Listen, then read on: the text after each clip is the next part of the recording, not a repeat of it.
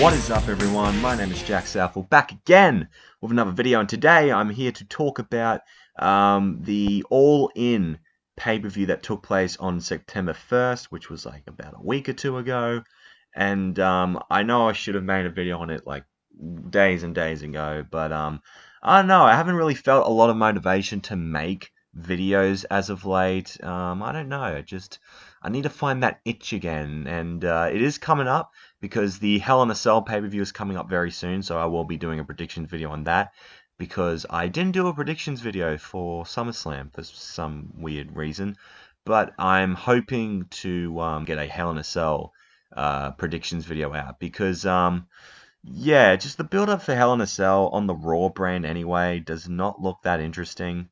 But on SmackDown it looks all cool and all that, but I'll talk about that when we get to that video. But we're not here to talk about WWE, we're here to talk about All In, the biggest independent pay-per-view of all time, and I really have to commend Cody and the Young Bucks for just putting their heart and soul into this event. This basically all started when Dave Meltzer tweeted at, when a fan tweeted Dave Meltzer, you know, do you think like Cody Rhodes or the Young Bucks can put on a show and fill out 10,000 seats? And he said, oh, no way in hell. And Cody Rhodes pretty much said, oh yeah, we'll put a bet on that. And yeah, he just decided to create his own like independent version of WrestleMania, I guess, if that's what he was going for. But yeah, so much respect for those for those three guys, Cody Rhodes and Matt Nick Jackson, for even putting this whole event together, just like, because it definitely seemed like it may not even happen at some points, but I'm so happy to see it actually come to fruition, because I really enjoyed this show. I feel like this was a major success for independent wrestling in general, and I think it's really great because they catered to the hardcore fans. They gave the fans exactly what they wanted to see. And when we see so many companies, well, mainly WWE, who are just giving us these bland storylines, bland characters, and pushing the guys they want instead of the people that we really want, or turning people that we want to cheer into heels and heels into faces, that kind of stuff. Like, the thing was, they gave us exactly what we wanted. Even on the 0 hour pre-show, which was shown on WGN America, and so some of the matches was SoCal Uncensored, which is Frankie, Kazarian, and Scorpio Sky defeating the Briscoe brothers. I didn't see that match, and I didn't see any of the pre-show, but I do know that Flip Gordon did win the over-budget Battle Royal, which I'm more than happy for, because they've been building up on beating the Elite. That Flip Gordon wanted to get booked on All In, but Cody just flat out refused to put him on the show. But I think it was because, you know, Flip Gordon and Brandi Rhodes are friends. Cody's a bit jealous of that. I'm not exactly sure. But like, even at the beginning, they had Cody Rhodes and the Young Bucks talk to the crowd and all that, and then Road Warrior Animal just shows up, which is really cool. And we started off the night with Matt Cross versus MJF. I've always really liked Matt Cross quite a bit. I remember him on the Backyard Wrestling video games as M-Dog20, and in Lucha Underground as Son of Havoc. He's really awesome on that show. So I'm seeing him beat MJF, who I haven't really heard of before. It was fine by me. So yeah, thumbs up to the opening match. It was pretty damn good, I guess. After that, we had Christopher Daniels versus Stephen Amell, who plays Arrow on the show Arrow. And it was really cool to see a celebrity match on this show. I know Stephen Amell actually teamed up with Neville to take on Cody Rhodes while he was under the Stardust gimmick and Bad News Barrett at SummerSlam 2015. So he is good friends with Cody in real life. And it was just really awesome that they're able to get big stars for this All-In event. I mean, John Mayer was even sitting in the front row of this show. And Stephen Amell, I've got to say, he's pretty decent inside the ring, man. He's not that fucking bad. Christopher Daniels, of course, made a huge name for himself in TNA and in Ring of Honor. So he's a veteran of the independent wrestling circuit. So it was nice to see him get a shot in this show, and he ended up beating Stephen Amell. So yeah, and the build up for this was really good. If you watch any of the episodes of Being the Elite, which is where most of the build up for All In took place, it was really cool to see. Yeah. Afterwards, we had a four-corner survival match, and it was Chelsea Green, who has a really cool gimmick. She came out half normal and half like hot mess, which is the gimmick, where it's like a crazy bride, like Bridezilla. Madison Rayne, who was really popular in TNA with the Beautiful People. Britt Baker, who I've kind of heard of before, and Tessa Blanchard, who is like the biggest like female wrestler on the independent circuit at the moment. Like, she's killing it in Impact Wrestling. I think she's their Knockouts champion at the moment. But yeah, Tessa Blanchard is so talented. You know, Chelsea Green as well is really good, and Britt Baker. Madison Rayne, I've never been a big fan of her inside the ring, but I remember her distinctly when she was with the Beautiful People in Impact Wrestling with Angelina Love and Velvet Sky. But this was actually a really damn good match. I remember it being like very exciting. All four of these women really took it to each other, and Tessa won the match, which, you know, fair enough on that one. And then after that, we had the NWA World Heavyweight Championship match between Nick Aldis, aka Magnus, formerly from TNA, and he was taking on Cody for his championship. And I loved the story for this match, which was basically both men had motivations for winning the NWA World title. Cody wanted to win it to kind of bring back that prestige a little bit, although Nick Aldis thinks he's the one that's bringing prestige back to that championship. You know, Cody wants to continue on with his father's legacy. Obviously, Dusty Rhodes, you know, and that NWA World's title go hand in hand with his career. And Cody wants to just follow in his father's footsteps and continue on the Rhodes legacy, pun intended. And so Nick Aldis was being interviewed, and he says, you know, he wants a future for his son. He wants his son to look up at him, so when he has a dream, he can go after it. And he just wants that inspiration for his son, because being the champion means you get a lot more cash, and he just wants the best life for his family. So I like how both guys have great motivations for this match. And these two ended up having a really great match. Cody even got busted up during this, and it looked like at one point he got really injured. But it added to the match, man. So yeah, I really enjoyed this match. The only nitpick I have with this show is I feel like the NWA's World Heavyweight title match should have been in the main event instead of the middle of the card. I didn't get that at all. But yeah, it was just a really great match. Cody ended up winning the NWA's world title, which I'm more than happy for. If anyone deserves it, it's him.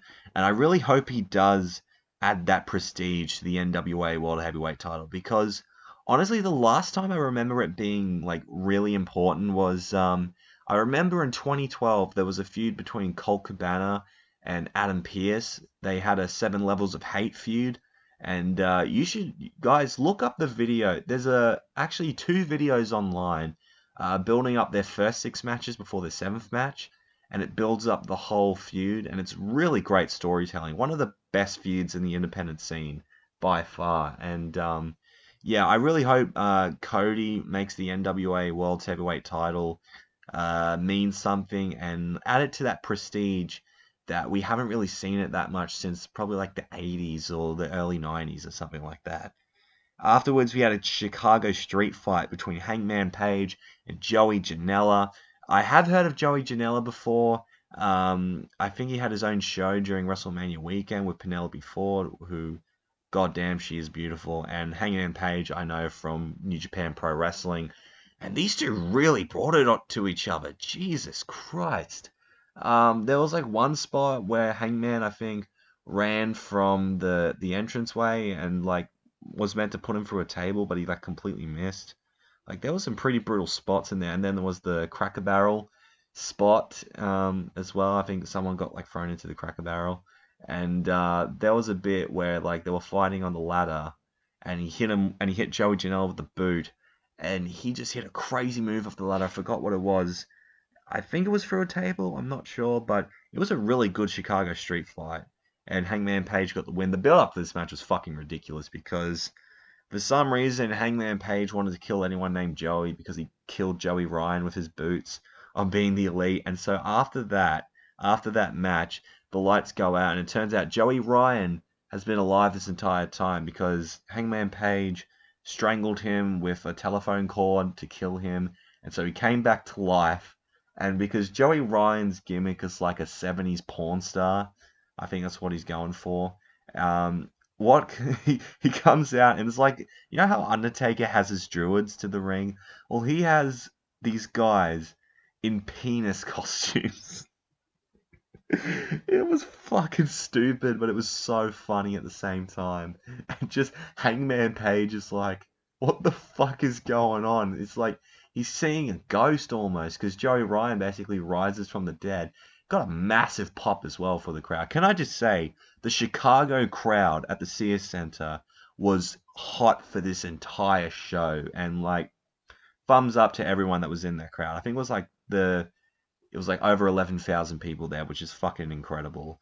And Joey Ryan comes into the ring, grabs a hold of Hangman Page's, or like Hangman Page holds onto Joey Ryan's dick, and so he strengthens it up, and just flips him with his dick. Like, it was a great little comedy spot, and yeah, it was just really funny, man.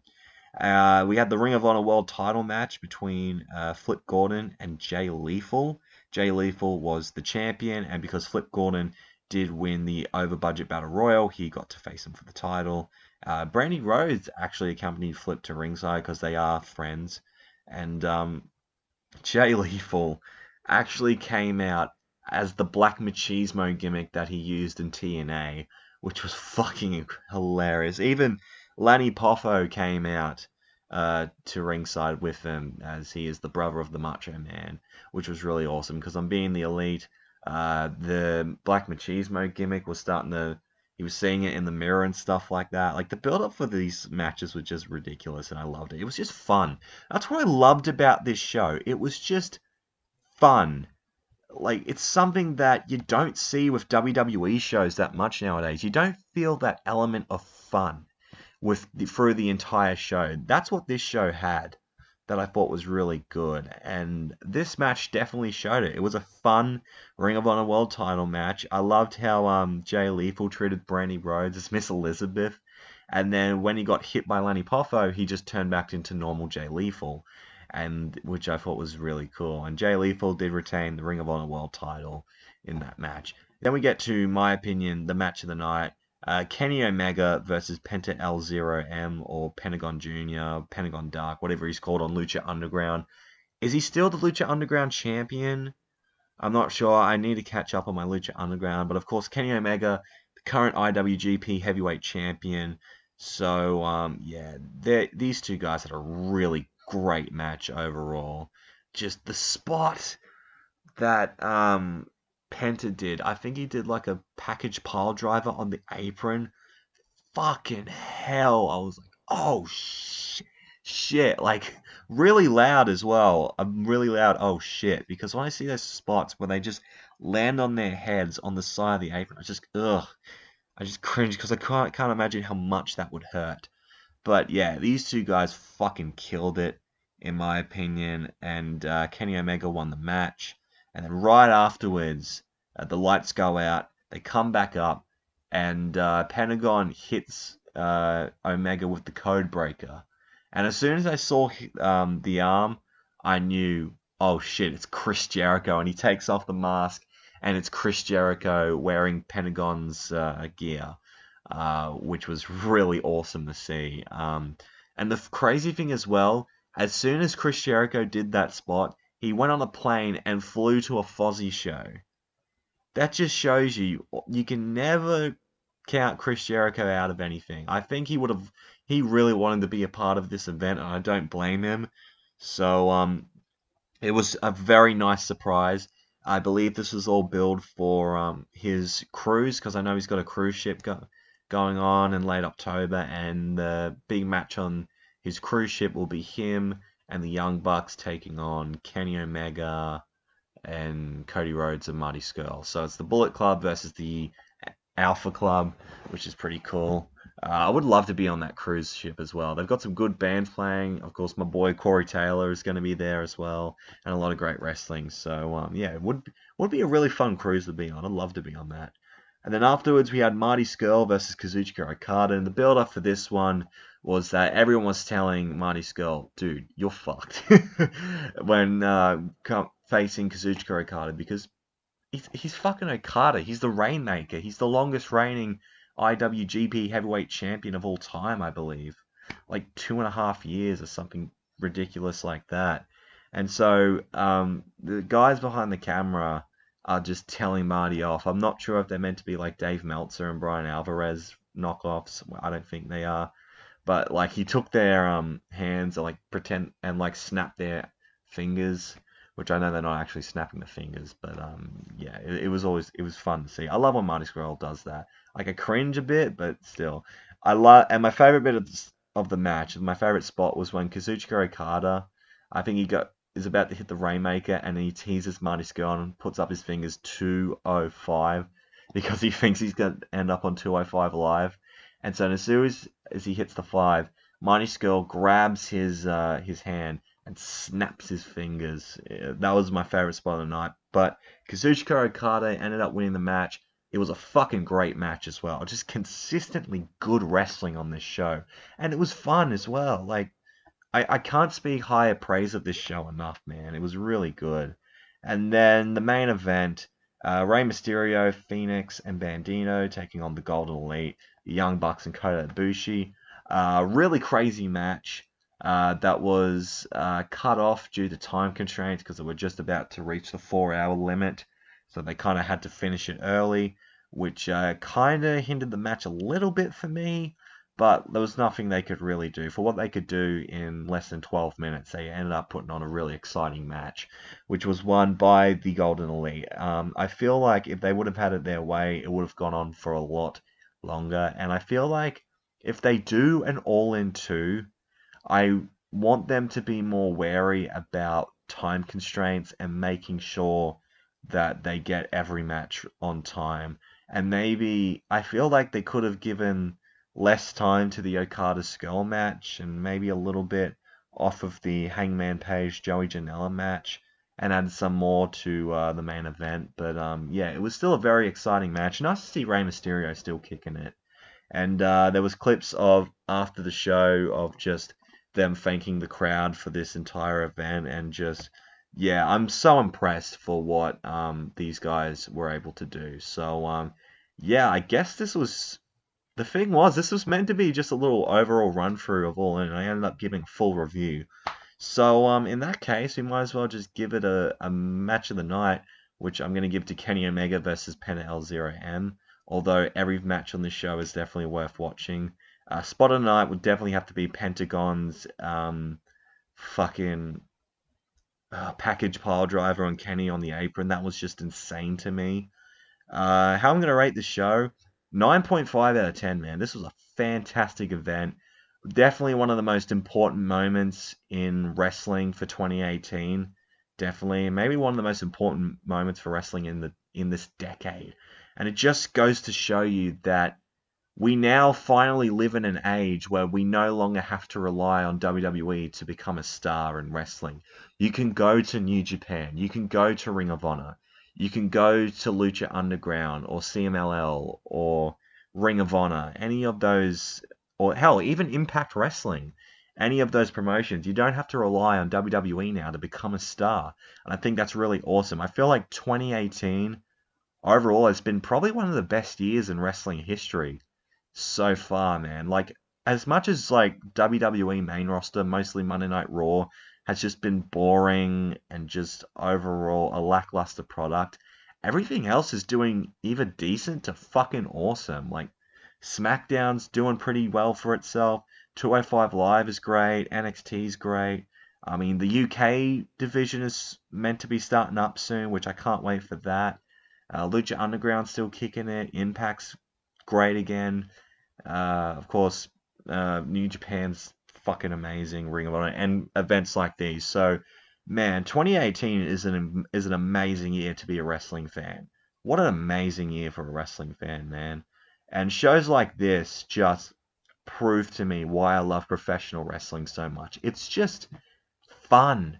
It's just a fun event. Honestly, don't go into the show taking it super seriously. If you want to watch this event to have a good time, then you are definitely going to have a great time watching this show. So, yeah, thank you guys for watching this impromptu review, I guess. This was meant to be, yeah, like I was saying before, this was meant to be a quick rundown of the show. It ended up being a full review almost. I hope you have enjoyed. If you did, make sure to leave a like. Comment down below your opinions on All In. If you want to see more from me, hit that subscribe button. You'll be glad you did. Twitter and Instagram's at JackAmellLove31 if you want to check me out there. Thank you so much for watching, and I'm out in 3, 2, 1.